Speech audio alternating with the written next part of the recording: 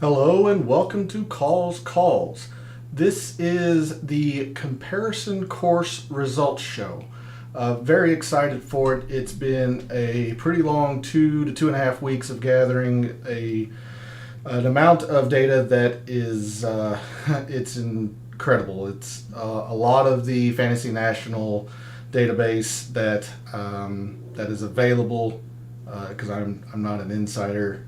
I just subscribe to the service, which, by the way, I recommend it every show. I still can't recommend it enough. Go to fantasynational.com. It is well worth the investment.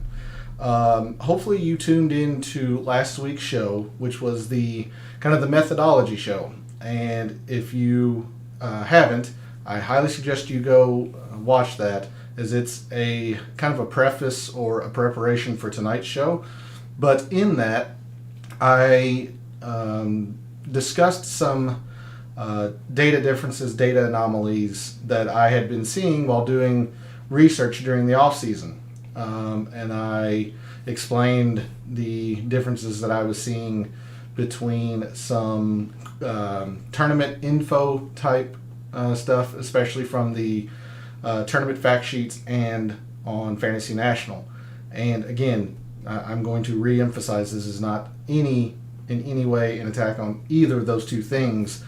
As a statistician, as a data-driven person, when I see differences, I investigate and try to get to the bottom of, or at least find an explanation of why they're different. So that was what led to last week's subject matter, and it built into this show tonight, which is going to be the results of what I've been trying to get to since basically when I started. When I started, I admitted that one of the areas that I needed to get better at was knowing which courses are good comparison courses when we're looking at betting and DFS and such for any given week. That was my weakness, and this offseason I made it a very big point to make sure I got better at that, figured out what needed to, or what data correlated and what needed to be found to get those correct, or to find the comparison courses. So again, with that, I'm very excited to show you these results, because I haven't even had a chance to analyze it yet. I just finished gathering the data maybe about a couple hours ago, and then took a break and prepared some of the behind the scenes stuff for the show tonight. So with that long ramble out of the way, the live chat is up as always. All the links to my social media are in the description, as well as the email address to reach out to me if you want to be part of the bonus content that I send out. With all of that out of the way, let's dig in to the results of the comparison course data. And as we saw last week, this is going to be a very, very, very data-centric show. And this is what I'm going to call the condensed view. And you can just see it's just a conglomerate of numbers and such. But I'm going to bring you back over to this view, which was kind of the ending kind of screen that we had looked at last week, where it was listing tournament and the course, the architect. And again, if you missed last week's show, please go back and watch that, so that way you know where the base of this is, why some of the things are listed the way they are. It's really going to help build into this show. Let me make sure chat's up. And with that, we did some kind of basic looks here. We could filter by architect. We could filter, whether hitting fairways was difficult, easy, what types of grass each course had. The one thing that I did not have finished, which I wrapped up fairly soon, maybe the next day, was the score, like the average score, the difficulty. for each of these courses. So these are the two columns that I did not have last week. And of course, the majors I don't have just because the courses rotate every year, the exception of obviously the Masters. Something like the the Scottish Open, which is played the week before the Open Championship, new event to the tour, so don't have any data there. The Canadian has been a part of the PGA Tour in the past, but it is now at a new course, so no data there. Mexico, I think it's the Mexico Open, don't quote me on that, but there's a new event in Mexico that's not a WGC. It's a brand new event, so we don't have anything on that. So that's why there is some missing scores or data, if you will. But one of the first things that I kind of looked at, and I'm not going to spend a too terrible amount of time on this, but I'm going to filter this here. And one of the first things I kind of wanted to see, what are some of the easiest courses on tour? And to no surprise, really, of the courses that are played frequently, is Kapalua. Tournament of Champions averages minus 2.25 shots to par per round. So the average round here is 70.75. It's pretty easy on a par 73. So minus 2.25, that's the easiest of the frequently played. This is played every year. Traditionally been an easy course. The easiest, however, was this past fall at the CJ Cup at the Summit Club, where it played more than 3.5 shots under par. It was a no-cut event, so you had some of the best in the world there, sure. That course was ripped apart, just torn apart. Minus 3.5, a little bit more, but I'm going to round and say 3.5. That is a 68.5 per round. It was ridiculous what they shot at the Summit Club. So that's the easiest course on the PGA Tour, at least for the 2021-2022 season. And then on the inverse, if we look at the most difficult courses, again, gonna be no surprise. The most difficult is PGA National, where the Honda is.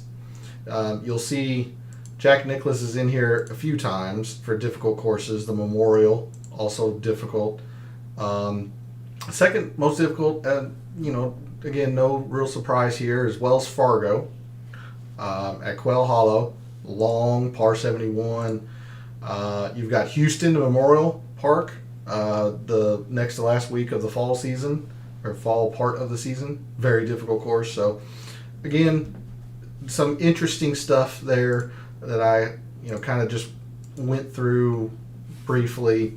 And when tournaments approach now, we have an aggregate or an overview, high level set of data that we can kind of look at, whether we want to look at what fairway type, Bermuda or Kikuyu or POA, rough type, rough length, speed of greens, which I know Fantasy National has, but now some of these courses give a stimp meter reading. Let me scroll over for you.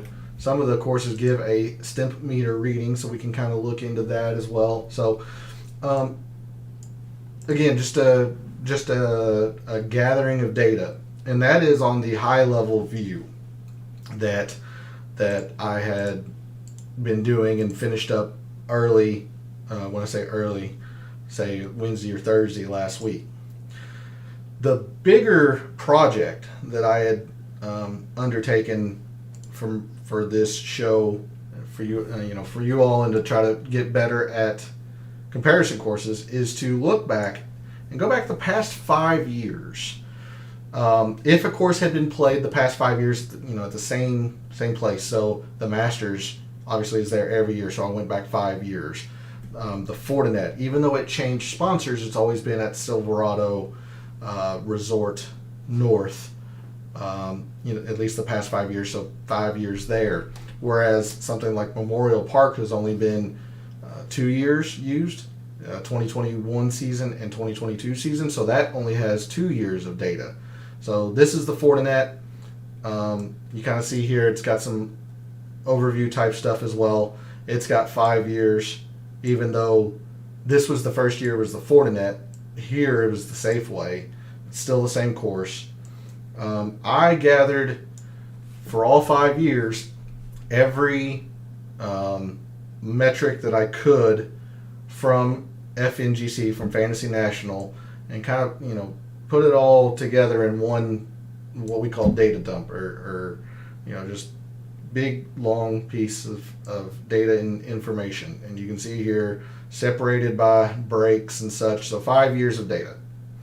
And I did this for every tournament that's on the 2021-2022 season.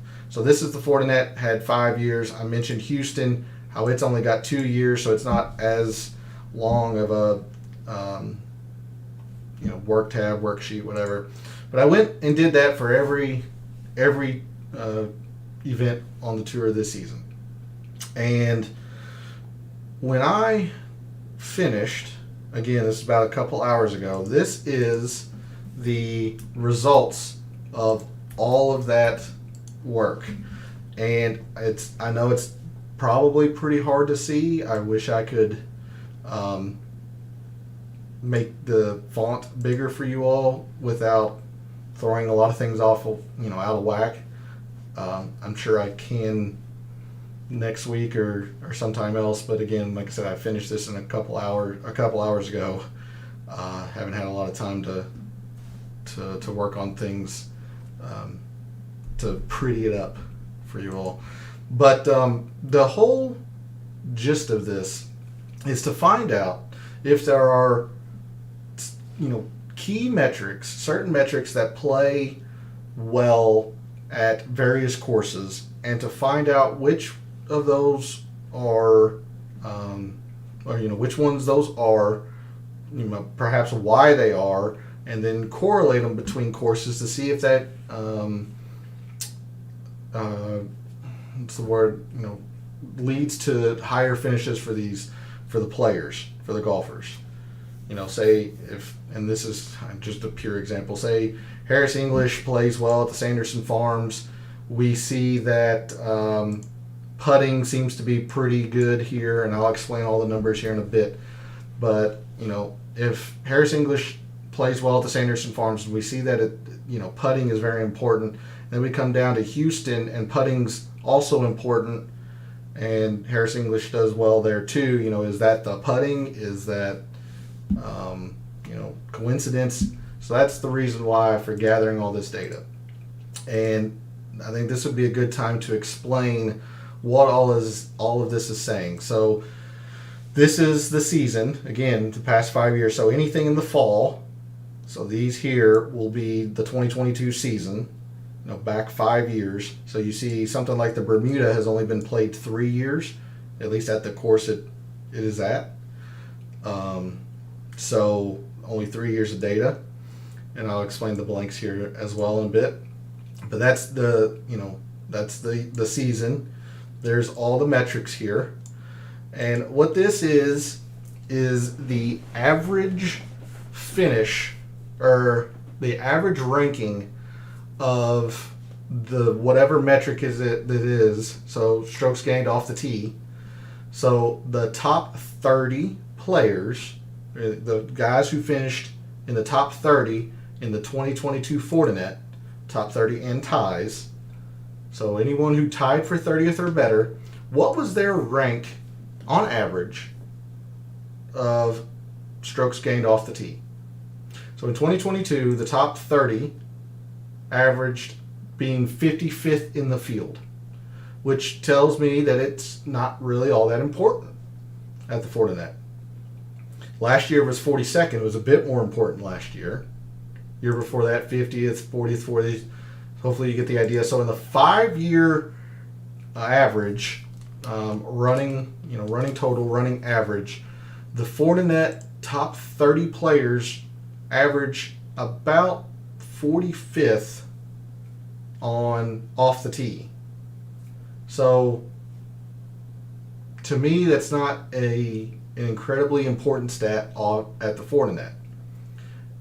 However, putting is average 36. It's quite a bit more important at the Fortinet than it is off the tee. Sorry, there you saw the formula. As we go across, something like greens here, average of 38th for the top 30. Getting, that's decently more strong correlation. Something like eagles, 70th. Eagles are not important at the Fortinet. If a column is blank, or if cells are blank, that means, gosh dang it, get off of there. That means that there was no data for that metric. So if you see a par 3 0 to 150 blank, that means for these years, the 2022, 2021, 20, and 2018, there were no par 3s that measured from 0 to 150 yards. And again, this is all thanks to Fantasy National. And this is why I was very adamant about not attacking their service, because they're going to know much more than I am on the lengths of the holes. For example, some holes will play longer on the weekend, so the guys who miss the cut might not have a par 3 that plays 0 to 150, but the guys that make the cut, they shorten a par 3, and that's why you get some metrics. It happens. And without Fantasy National, I would not have that, so I am very thankful that they have this service. But if you see a cell that is blank, that means for 2022 there were no par 3s that measured 225 plus yards.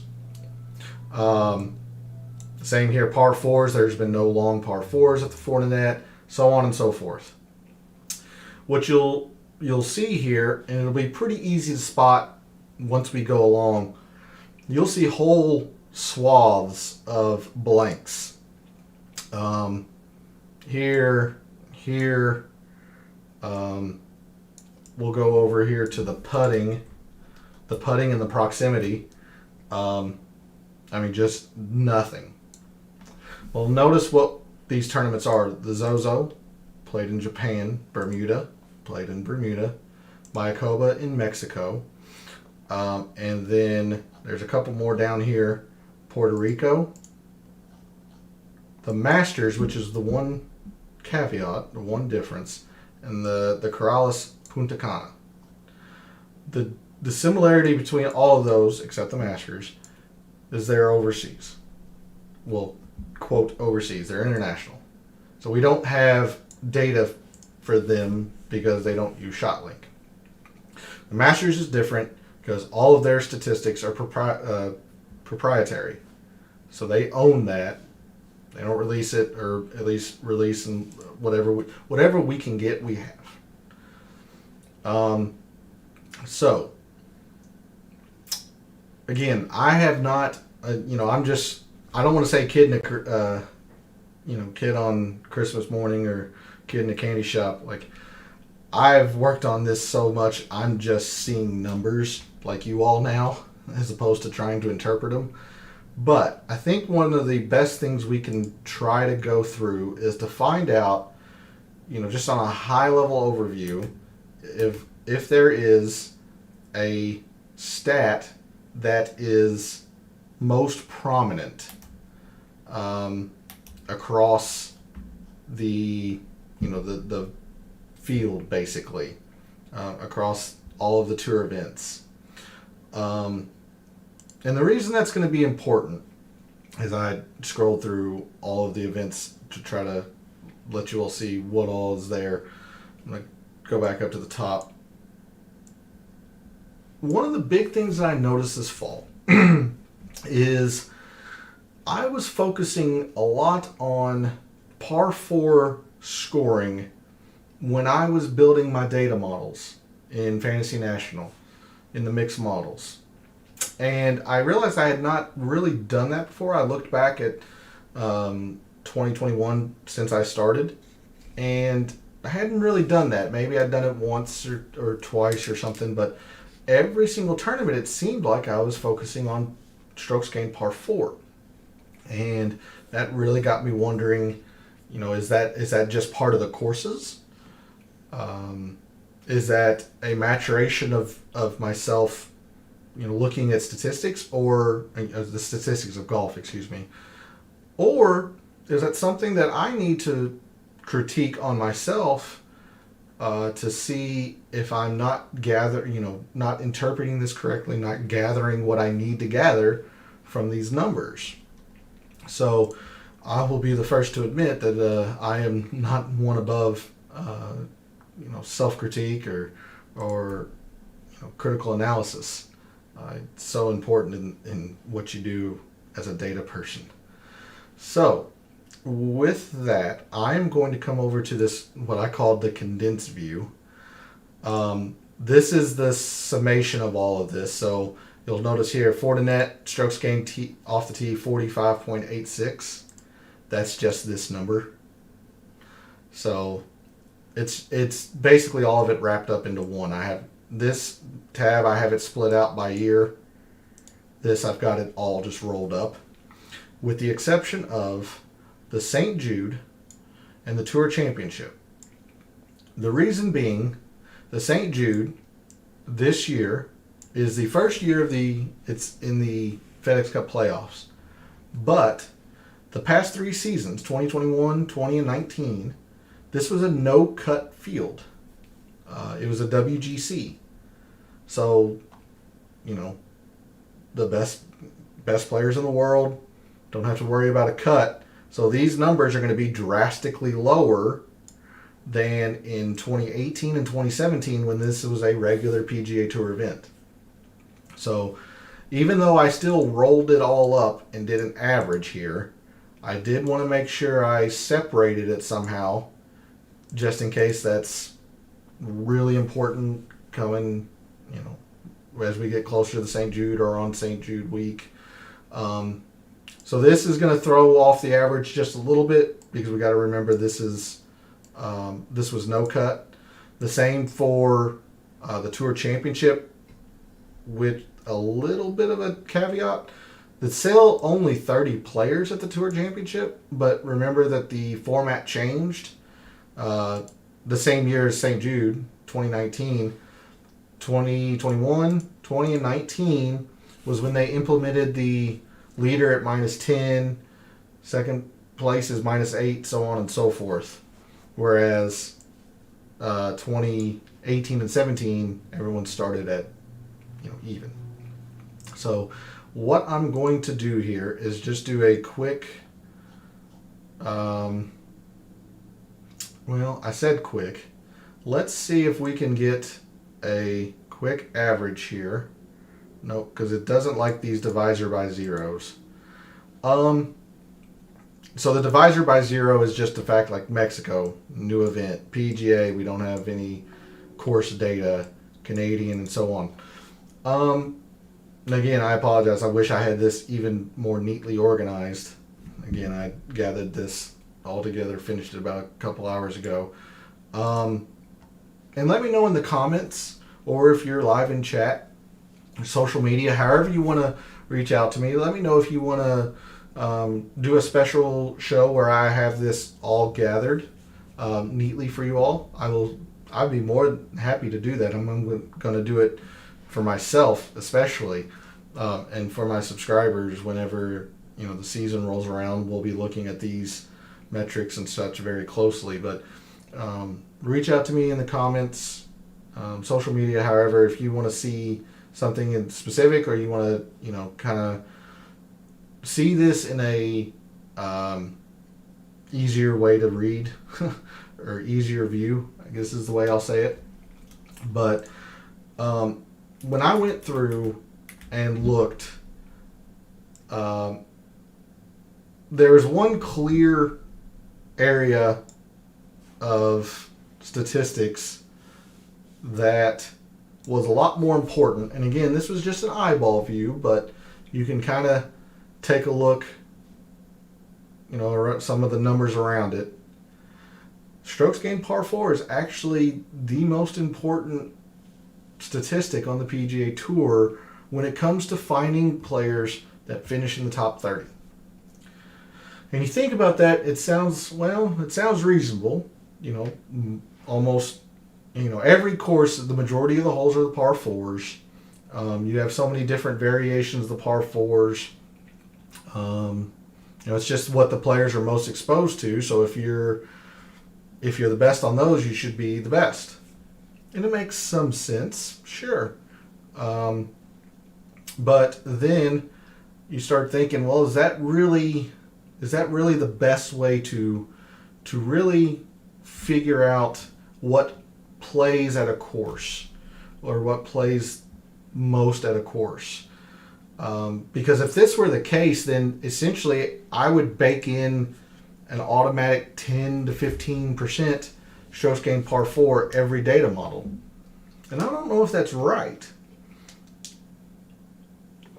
So instead, what I think I'm going to do, and I apologize that I won't be doing this live with you all. I'll have to do it on my own time, and then hopefully present it in a much neater fashion week by week as tournaments come up. What I'm thinking is that if I take the lowest number, which is the average ranking of the guys who finished in the top 30, looks at an eyeball view here, 19.49. Is this a no-cut event? Yeah, no, it's not. It's Barbasol. Pretty easy. So, again, just to re-emphasize. See, can you all see that? I don't know if you can. Yeah, you can. Like I said, it's even hard for me to see. I'll highlight it there in the middle for you. The Barbasol, the top 30 finishers on average at the Barbasol are ranked 19.5 strokes gained par 4. So if this is the best of par 4s, that means the par 4s are so very important at this course. While perhaps, let's see, what's the highest? It looks like 20, almost 30 here. 29.85. So I'll do my best to highlight that there for you all, if it'll cooperate. 29.85, and that's at the Byron Nelson. So even though the strokes gained par 4 is still probably the most important metric, at least by top 30, it's certainly not to the level of the Barbasol, which is 19.5. And you'll see here the par 3s are even more. Par 3s length 225 plus are even more important than the par 4s at the Byron Nelson. So I think first inclination is to take the minimum and the maximum and essentially try to find the percent difference between the course that we're at for the given week. Say we're coming up to Kapalua, to the Tournament of Champions. So the Tournament of Champions is up here. Come over to the par 4s. It's at 15.05. The reason that's lower, and I didn't highlight it, it's a no-cut event. So I would have to highlight other no-cut events, 15.05, and see how that compares to one another. Perhaps par 4s are most important here. Perhaps they're not. I think that's the best way to go about it initially, and to see how correct I am or incorrect, how stupid this could be. Again, this is all trying to figure out if we can find what is statistically relevant and what's not statistically relevant. For example, a lot of these putting metrics over here, I've seen as high as 75, and the lowest is 59. Like maybe none of these putting statistics broken out by feet are important, and I can just get rid of it and clean up the data. But until I do that analysis, until I do that research, and then apply it particularly to an event, and I don't know if only doing this year will suffice. I mean, you might have to. I would want to do it comfortably for a couple years just to normalize everything, but perhaps some of this is just arbitrary, and I can just all right, gone, bye. Where is this? There we go. Bye. It's just not even relevant. Maybe that's the case. I don't know. That's why, again, just full disclosure for you all, that's critiquing what I'm doing, trying to gather the best data and the best logic and reasoning that I can put into this to use with you all. So we can make optimal bets and optimal DFS lineups and win more often, and hopefully win bigger or win more often. So maybe it's the fact that I've just been looking at nothing but spreadsheets and numbers the past 2.5 weeks, but I can feel myself rambling on. I can feel myself, I'm just tired. And I can only imagine from your perspective how just convoluted this all looks. Hopefully I was able to explain well enough that you understand what I'm trying to do.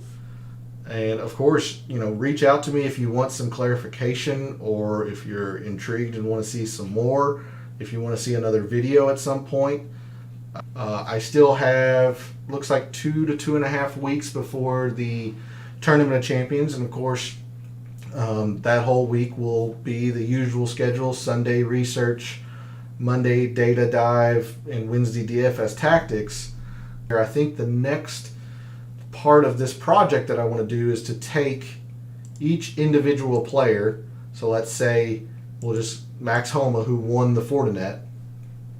Take Max Homa and either average or aggregate his off the tee numbers for all of these events. I mean, not all of it, for any time he has played at the Fortinet, and then perhaps compare it to other courses, see if there's correlation there. So do it on a player level, not just a course level. But for next week's show, and I will be live next Tuesday. Next Tuesday's show will be fun. It's going to be a salary league kind of preview, and I'm going to use the league that I play in as a baseline. So while it won't be pertinent to everyone's specific league, you'll definitely get a general idea of how I feel on players for a salary type league, or a league that goes from Tournament of Champions to Tour Championship or whatnot. So make sure to tune in for that next Tuesday. I'll be having fun with that show, considering I'll probably be making some of my team that night, or at least narrowing down my options. So for any bets that you have made in the previous week or so, for any bets that you may think about making at the PNC Challenge, and until I see you next Tuesday, may all your bets be profitable.